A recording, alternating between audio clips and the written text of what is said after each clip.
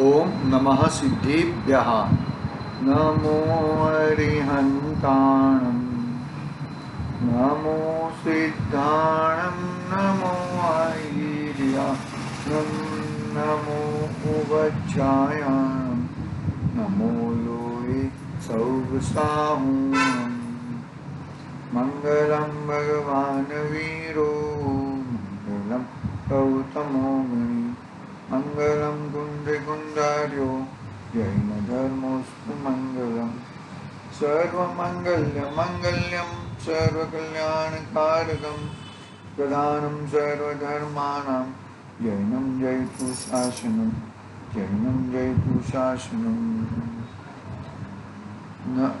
नमः श्रीवर्धमानाय निर्धूतमकलिलात्मने, सालोकानं त्रिलोकानं यद्विद्या दर्पणयति। चेतिले चेतन, चेत्या विना किम चालसी।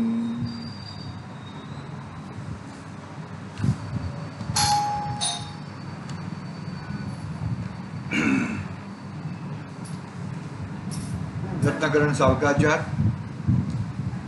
समुद्र आचार्य देवदार रचित महान ग्रंथ अपने सामने विराजमान है। छठा अधिकार भावनाधिकार पे अपनी बात चल रही है। भावनाधिकार पे 16 कारण भावना और 16 कारण भावना से शील व्रति नीति 4 की बात चल रही है। शील व्रति नीति 4 में क्या है क्या नहीं है, बहुत विस्तृत पूर्वक यहाँ पर बताया है। जो शीलवान है उनकी दृष्टि स्त्रियों पर जाते ही नेत्र बंद हो जाते हैं। जो स्त्रियों से वचनालाप करेगा, स्त्रियों के अंगों को देखेगा, उनका शील अवश्य भंग होगा। इसलिए जो विवेकी गृहस्थ है उनके तो एक अपनी स्त्री के सिवाय अन्य स्त्रियों की संगति, अवलोकन, वचनालाप का त्याग होता है तथा अन्य स्त्रियों की कथा का विचार स्वप्न में भी नहीं आता। एकांत में माता, बहन, पुत्र के साथ भी नहीं रहते। इस तरह की बात यहाँ पर अपनी हुई थी, यहाँ तक हुई थी। अभी आगे मुनिराज भगवंतों की बात करते हैं। देखो मुनिराज तो समस्त स्त्री मात्र का साथ ही नहीं करते, स्त्रियों में उपदेश नहीं करते, स्त्री के नाम ही उसके प्रकट दोषों को कहने वाले हैं। स्त्री के समान इस जीव का पूरा करने वाला अन्य कोई बैरी नहीं है। इसलिए सज्जन लोग इसे नारी कहते हैं। दोषों को प्रत्यक्ष देखते देखते ही ढक लेती है, अतः उसे स्त्री कहते हैं। इसे देखने से पुरुष का पतन हो जाता है, इसके लिए उसका नाम पत्नी है। कुमरण होने का कारण है, इसके लिए उसका नाम कुमारी है। इसकी संगति से पौरुष, बुद्धि, बल आदि नष्ट हो जाता है, इसलिए उसका नाम अबला है। संसार के बंध का कारण है, इसलिए उसका नाम बधू है। कुटिलता, मायाचार का स्वभाव रखती है, इसलिए उसका नाम वामा है। इसके नेत्रों में कुटिलता बसती है, इसलिए वह उसका नाम वाम लोचना है। देखो शीलवंत जो भी है उसे इंद्र भी नमस्कार करते हैं। जो शीलवंत है उसे इंद्र भी नमस्कार करते हैं। तो किस तरह अपना सिर सुदर्शन थे, सुदर्शन सेठ कितने हो गए, शील व्रत। तो शील व्रत में इतने वो उनका मतलब सुड़ी फुटी सिंहासन थयू मन समण्या अणमो कारजो। तो ऐसे शीलवंत जो व्यक्ति रहते हैं उन्हें इंद्र भी नमस्कार करता है। क्या कहते हैं देखो, शीलवान पुरुष रत्नत्रय रूप धन लेकर कामादि लुटेरों के भय से रहित निर्वाणपुरी की ओर गमन करते हैं।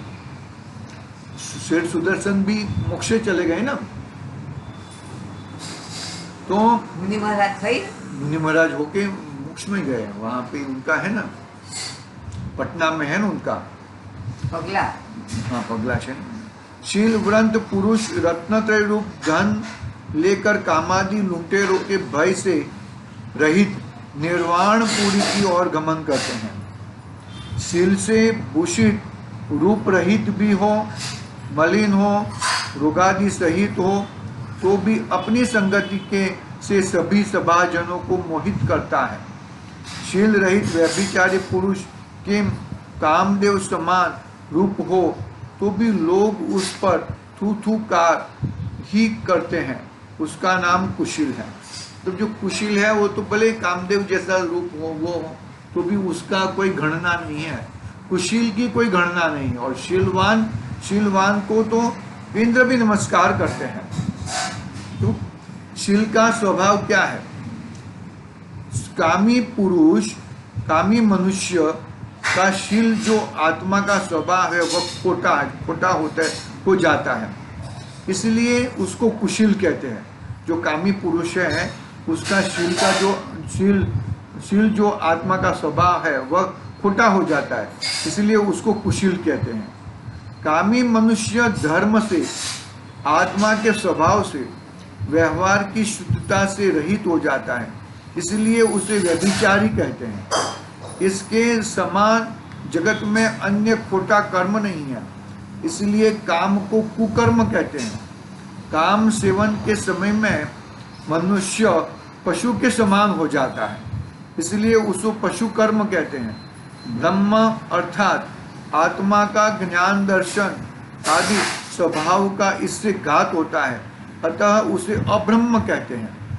किस तरह के नाम देते हैं पुरुष के लिए और स्त्री के लिए भी, तब जो 18,000 प्रकार के ब्रह्मचर्य के दोष का, यानी कि ब्रह्मचर्य व्रत पालना है तो 18,200 से रहित ब्रह्मचर्य होता है।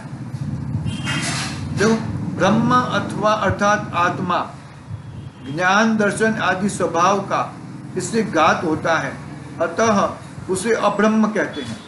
कुशीली की संगति से कुशीली हो जाता है, जिससे शील की रक्षा की उसने शांति, दीक्षा, तप, व्रत, संयम सब पा लिया है। जिसने शील की रक्षा की उसने शांति, दीक्षा, तप, व्रत, संयम सब पा लिया। अपने स्वभाव से चलायमान नहीं होना, उसे मुनीश्वर शील कहते हैं। शील गुण सभी गुणों में बड़ा है। शील सहित पुरुष का थोड़ा भी व्रत तप प्रचुर फल देता है, तथा शील बिना बहुत भी व्रत तप हो वह निष्फल है। इस प्रकार जानकर अपने आत्मा में शील की शुद्धता के लिए नित्य शील ही को पूजो। यह शील व्रत मनुष्य जन्म में ही है, अन्य गति में नहीं है। अतः जन्म सफल करना चाहते हो तो शील की उज्ज्वलता करो। इस प्रकार शील व्रते नीति 4 नाम की तीसरी भावना का वर्णन किया।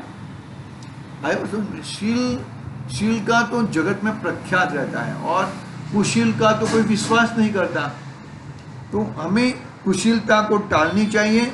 वो अब्रह्म है। जो शील है वो ब्रह्म यानी कि आत्मा में स्थिरता करता है, और कुशील है, कुशील का तो कोई पता ही नहीं रहता। इस प्रकार शील का धारण करना चाहिए और कुशील छोड़ना चाहिए। ऐसी भावना, तीसरी भावना भाई। अभी आगे चौथी भावना है अभीक्षण ज्ञानोपयोग। अभीक्षण ज्ञानोपयोग का मतलब क्या है कि ज्ञान की आराधना किसी भी समय नहीं की जाती। देखो उसका हम लोगों ने जो पढ़ा ना, विधान पढ़ा ना, उसमें काल संबंधी बात आई। यहाँ पर क्या है देखो, पढ़ते हैं। अभीक्षण ज्ञानोपयोग नाम की चौथी भावना का वर्णन करते हैं। हे आत्मन, यह मनुष्य जन्म पाकर निरंतर ज्ञानाभ्यास ही करो। ज्ञान का अभ्यास किए बिना एक क्षण भी व्यतीत नहीं करो। ज्ञान के बिना मनुष्य पशु समान है। अतः योग्य काल, कहा ना, योग्य काल में जिनागम का पाठ करो। योग्य काल में कभी भी नहीं करना चाहिए। हाँ? योग्य काल में जिनागम का पाठ करो, जब समभाव हो तब ध्यान, समभाव यानी कि शांत भाव हो तब ध्यान करो, शास्त्रों के अर्थ का चिंतन करो, शास्त्र हैं उसके अर्थों के चिंतन करो। बहुत ज्ञानी गुरुजनों में नम्रता, वंदना, विनय आदि करो। धर्म सुनने के इच्छुक को धर्म का उपदेश करो। इसको अभिक्षण ज्ञानोपयोग कहते हैं। क्या कहा? बहुत सारे सुंदर बात कही। योग्य काल में जिनागम का पाठ करना चाहिए, जब समभाव हो तब ध्यान करना चाहिए, शास्त्रों के अर्थ का चिंतन करना चाहिए। बहुत ज्ञानी गुरुजनों में नम्रता, वंदना, विनय आदि करो। धर्म सुनने के इच्छुक को धर्म का उपदेश करो। इसी को अभिक्षण ज्ञानोपयोग कहते हैं। इस अभिक्षण ज्ञानोपयोग नाम के गुण का अष्टद्रव्यों से पूजन करके उसका अर्घ उतारण करो। फूलों को 2 हाथों की अंजलि के उसके आगे क्षेपण करो। यानी कि जो शास्त्र है, जिनवाणी है, जो महान जिनवाणी है, वो जिनवाणी का बरोबर हमें ज्ञानोपयोग में लगाना चाहिए और उससे उसको अष्टद्रव्य से जिनवाणी को पूजन भी कर सकते हैं और हाथ जोड़कर उसको नमस्कार कर सकते हैं। इस तरह ज्ञानोपयोग की बात आगे कहते हैं। देखो, ज्ञानोपयोग चैतन्य की परिणति है, अतः प्रतिक्षण निरंतर चैतन्य की ही भावना करना। अनादिकाल से काम, क्रोध, अभिमान, लोभादि मेरे साथ में लगे हैं। अनादि से ही इनका संस्कार मेरे चैतन्य रूप में घुल मिल रहा है। अब ऐसी भावना हो, क्या कहा कि प्रतिक्षण निरंतर चैतन्य की ही भावना है। चैतन्य यानी कि अपने आत्मा की ही भावना। अनादिकाल से काम, क्रोध, अभिमान, लोभादि मेरे साथ लगे हैं। मैं निरंतर किस में रहता हूँ? काम में रहता हूँ। काम यानी कि जो क्रोध में रहता हूँ, अभिमान करता हूँ, लोभादि मेरे साथ लगे हैं। तो अनादि से ही इनका संस्कार मेरे चैतन्य रूप से घुल मिल गए हैं। अनादि से मेरे ये सब जो संस्कार है ना, काम के, क्रोधादि के, लोभादि के, अभिमान के, ये सब मेरे आत्मा के साथ घुल मिल गए हैं। लेकिन फिर भी आत्मा का स्वभाव जुदा है और क्रोधादि का स्वभाव जुदा है। अब ऐसी भावना हो कि भगवान के परमागम के सेवन के प्रभाव से मेरा आत्मा राग द्वेष आदि से भिन्न अपने ज्ञायक स्वभाव में ही ठहर जाए, रागादि के वशीभूत न ही हो। वही उस मेरे आत्मा का हित है, वहां से ही मेरा आत्मा का हित है। कहा कैसे आत्मा का हित है? कि भगवान ने जो पुनाचार्य देव आदि भगवान, जब कलिकाल सर्वज्ञ भगवानों ने जो परमागम के सेवन के प्रभाव से मेरा आत्मा राग द्वेष आदि से भिन्न हो जाए, न्यायिक स्वभाव में ही ठहर जाए, रागादि के वशीभूत नहीं हो, वही मेरे आत्मा का हित। मैं कभी मेरे रागादि के वशीभूत न हो, ऐसा ही मेरा होना चाहिए। इस तरह हमें जीवन जीना चाहिए। राग से छुटकारा मिले, वितरागता प्रकट हो। बरोबर है? अरागी पना मेरा स्वभाव है। अरागी पना में से वितरागता प्रकट होती है। राग करना वो मेरा विभाव भाव है। राग तो राग हो जाता है और अरागी पना मेरा स्वभाव है। और राग पना क्या है? विभाव भाव है। और विभाव भाव से क्या होता है कि चारों गतियों में रखड़ना होता है। तो उन चारों गतियों के रखड़ने से मुझे बचना है, तो मेरा अरागी स्वभाव का मुझे ग्रहण करना होगा, अरागी स्वभाव को प्राप्त करना होगा और अरागी स्वभाव से ही मेरा कार्य सध सकता है। समस्त द्रव्यों में मिला हुआ होने पर भी एक आत्मा का भिन्न अनुभव होना, वह ही ज्ञानोपयोग है। समस्त द्रव्यों में मिला हुआ होने पर भी एक आत्मा का भिन्न अनुभव होना, वह ही ज्ञानोपयोग है। ज्ञानोपयोग द्वारा ज्ञान का अभ्यास करने से विषयों की वांछा नष्ट हो जाती है, कषायों का अभाव हो जाता है, माया, मिथ्यात्व, निदान, तीन शल्यों का ज्ञानाभ्यास से ज्ञानाश हो जाता है। ज्ञान के अभ्यास से ही मन स्थिर हो जाता है, अनेक प्रकार के विकल्प नष्ट हो जाते हैं, अनेक प्रकार के विकल्प नष्ट हो जाते हैं। किससे? ज्ञानोपयोग से, ज्ञान की भावना से, ज्ञान से माया नष्ट हो जाती है, मिथ्यात्व नष्ट हो जाता है। निदान, निदान तो क्रोध से भी भयंकर है, वैर रखना, ये सब निदान में आ जाता है। मैं तेरा ऐसा कर दूंगा, तो कर दूंगा इसका मतलब निदान कर दिया मैंने, तो वो ऐसा होएगा कि नहीं होएगा, लेकिन मैं ऐसी तड़फन में निरंतर रहूंगा और ऐसी तड़फन से मैं निरंतर क्रोधादि भाव करूंगा।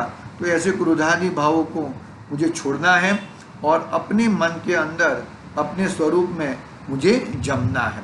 ऐसी बात कहीं आगे देखो, ज्ञानाभ्यास से ही धर्म ध्यान में, शुक्ल ध्यान में अचल होकर बैठा जाता है। ज्ञानाभ्यास से ही व्रत संयम से चलायमान नहीं होता, जिनेंद्र का शासन प्रवर्तता है, अशुभ कर्मों का नाश होता है, जिन धर्म की प्रभावना होती है। ज्ञान के अभ्यास से ही लोगों के हृदय में पूर्व का संचित कर रखा हुआ पाप रूप ऋण नष्ट हो जाता है। अज्ञानी जीव कर्म को घोर तप करके कोटि पूर्व वर्षों में छिपाता है, उस कर्म की ज्ञानी अंतर्मुहूर्त में छिपा देता है। क्या कहा? अज्ञानी है वो कोटि वर्ष तप करे तो भी अज्ञानता के कारण उसे कर्म क्षय हो या नहीं भी हो, लेकिन ज्यादा कर्म बंध जाते हैं अज्ञानता के कारण। लेकिन ज्ञानी पुरुष है, ज्ञानी व्यक्ति है, वो अंतर्मुहूर्त में असंख्यात कर्मों का क्षय कर देता है, छिपा देता है।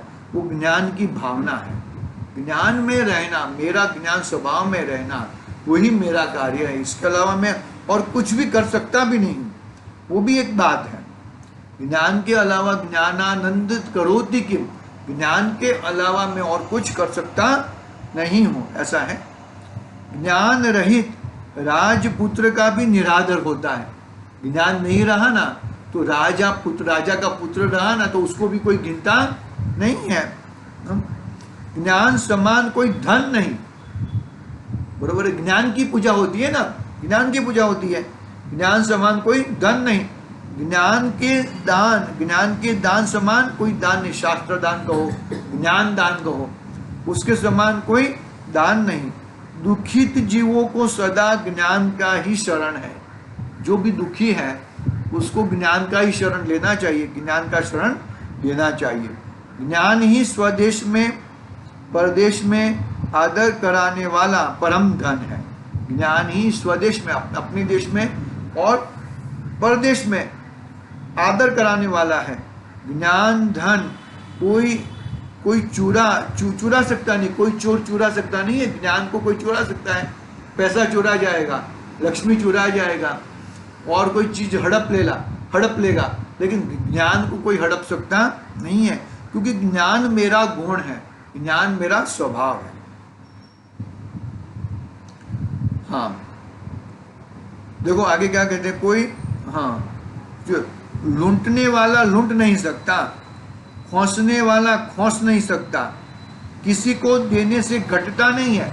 ज्ञान किसी को देने से घटता नहीं है, उल्टा ज्ञान बढ़ता है। जो देता है उसका ज्ञान बढ़ जाता है, जो देता है उसका खुद का ज्ञान बढ़ जाता है। ज्ञान से ही सम्यक दर्शन उत्पन्न होता है और ज्ञान से ही मोक्ष प्रकट होता है। अपनी चौथी भावना की बात चल रही है, अभीक्षण ज्ञानोपयोग, उसकी बात चल रही है। ज्ञान से ही सम्यक दर्शन प्रकट होता है। पहले सामान्य ज्ञान होता है, सामान्य ज्ञान पूर्वक दृढ़ श्रद्धान होता है, और वो दृढ़ श्रद्धान को यही मैं हूँ, उसका नाम है सम्यक दर्शन।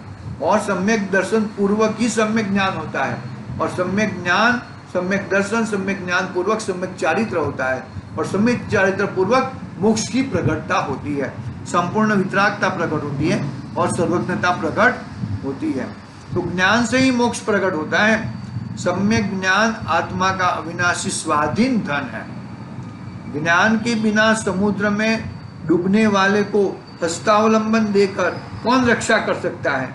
विद्या के समान और कोई आभूषण नहीं है, विद्या ही आभूषण है। विद्या में ही विद्या ही फलित होती है, विद्या के अलावा और कुछ फलित होती नहीं है। विद्या बिना केवल आभूषणों से कोई सत्पुरुषों के द्वारा आदरने योग्य नहीं हो जाता है। निर्धन को भी परम निधान प्राप्त कराने वाला एक सम्यक ज्ञान है। निर्धन को भी परम निधान प्राप्त कराने वाला एक सम्यक ज्ञान है। इस प्रकार ज्ञान ही महान है।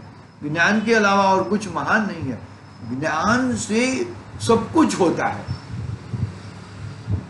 अरे ज्ञान से तुम देखो, अज्ञानता के कारण ये घोड़ की तरह हो जाता है, अज्ञान के द्वारा पशु के समान हो जाता है, लेकिन ज्ञान के हिसाब से वो आत्मामय रहता है और वही आत्मा परप्पा बनता है, यानी कि परमात्मा बनता है। आगे देखो, हे भव्य जीवों, भगवान वितराग करुणा निधि गुरु तुम्हारे लिए यह शिक्षा दे रहे हैं कि अपनी आत्मा को सम्यक ज्ञान के अभ्यास में ही लगाओ तथा मिथ्या दृष्टियों के द्वारा कहे गए मिथ्या ज्ञान का दूर से ही परित्याग करो। सम्यक ज्ञान और मिथ्या ज्ञान की परीक्षा करके ग्रहण करो। अपनी संतान को पढ़ाओ, अन्य लोगों को भी विद्याभ्यास कराओ। क्या कहते हैं, ये सभी को विद्याभ्यास में लगाओ, वितरागता की पुष्टि कराओ। वितरागता के कारण ही अपना काम हो सकता है, अन्यथा काम हो सकता नहीं। राग में तो जीव मरता है, राग में तो जीव जलता है। यह राग आग दहे सदा ताते समामृत से ये, तो वितरागता ही प्रकट करना अपना पुरुषार्थ होना चाहिए। राग में तो अनादि से जल रहा है, वो जलन दूर करना है। इस तरह की विद्याभ्यास करो। देखो, जो धनवान है यदि वो अपना धन सफल करना चाहता है तो पढ़ाने वाले को आजीविका आदि देकर स्थिर करो। क्या कहते हैं, जो धनवान है और अपना धन सफल करना चाहता है तो पढ़ाने वाले को आजीविका आदि देकर स्थिर करो। पुस्तकें लिखवाकर विद्या पढ़ाने वाले को दो। क्या कहा, पुस्तक जो पढ़ रहे हैं उनको विद्या देकर, विद्या लिखाकर विद्या पढ़ाने वाले को दो। पुस्तकों को शुद्ध कराओ, पढ़ने पढ़ाने के लिए स्थान हो। निरंतर पढ़ने सुनने में ही मनुष्य का जन्म समय व्यतीत करो। यह अवसर बीतता चला जा रहा है। जब तक आयु, काय, इंद्रिया, बुद्धि, बल ठीक है तब तक मनुष्य जन्म की एक घड़ी भी सम्यक ज्ञान के बिना मत खो। कितनी जबरदस्त बात बता दी। हा? अपना धन है वो ज्ञान के पीछे लगाओ। देखो, स्कूलें खोलते हैं, कॉलेजें खुलते हैं, क्लासेस खोलते हैं, वो सब खोलते हैं ना, तो उसके पीछे हम हमारे बच्चों के पीछे कितना पैसा खर्चा करते हैं। क्यों खर्चा करते हैं? कि भाई ज्ञान से, तुम्हारा ज्ञान से ही तुम सुखी हो पाओगे, बाकी तुम तो पढ़ोगे नहीं, लिखोगे। देखो, हम लोग देखते हैं अपने पूर्वजों के, मानो राजा थे तो राजा के बच्चे वो जानबूझकर पढ़ते नहीं थे, और पढ़ते नहीं तो फिर उनको कुछ आता ही नहीं था, और कुछ नहीं आता था तो उत्तरोत्तर उनका राज भी नाश हो जाता था और वो कुछ रहता ही नहीं था उनके पास। तो ज्ञान से ही अपना कल्याण हो सकता है। पढ़ाना चाहिए, पुस्तक लिखाने चाहिए, हमें निरंतर पढ़ना चाहिए, सुनना चाहिए, उसमें ही अपना जन्म व्यतीत करना चाहिए। क्योंकि क्या कहते हैं सदाशिवदास जी कि अपनी आयु, काय, इंद्रिया, बुद्धि, बल ठीक कब तक रहेगा? ये तो कभी न कभी नाश और खराब की ओर ही जाने वाला है ना। तो इसीलिए अपना मनुष्य जीवन की हर घड़ी सम्यक ज्ञान के लिए लगाओ। एक घड़ी भी सम्यक ज्ञान के बिगड़ मत घुमाओ। इस तरह कहते हैं, ज्ञान रूप धन परलोक में भी साथ जाएगा। रुपया पैसा साथ जाने वाला नहीं है, लेकिन ज्ञान रूपी धन अपने साथ में जाएगा। ज्ञान रहेगा तो ही तुम आगे अपने भगवान आत्मा को पहचान सकते हो, अपनी चीज को संभाल सकते हो, अपनी वस्तु को देख सकते हो। इस अभिक्षण ज्ञानोपयोग की महिमा का कोटि जिह्वा द्वारा भी वर्णन नहीं किया जा सकता। कोटि नहीं, कोटि। एक ज्ञान इतना महान है, वो ज्ञान की महिमा यदि कोटि जीवों के द्वारा वर्णन किया जाए तो भी उसको हो सकता नहीं है। इसलिए ज्ञानोपयोग की परम शरण के लिए जो गृहस्थ धन सहित हो वह भी भावना भाए।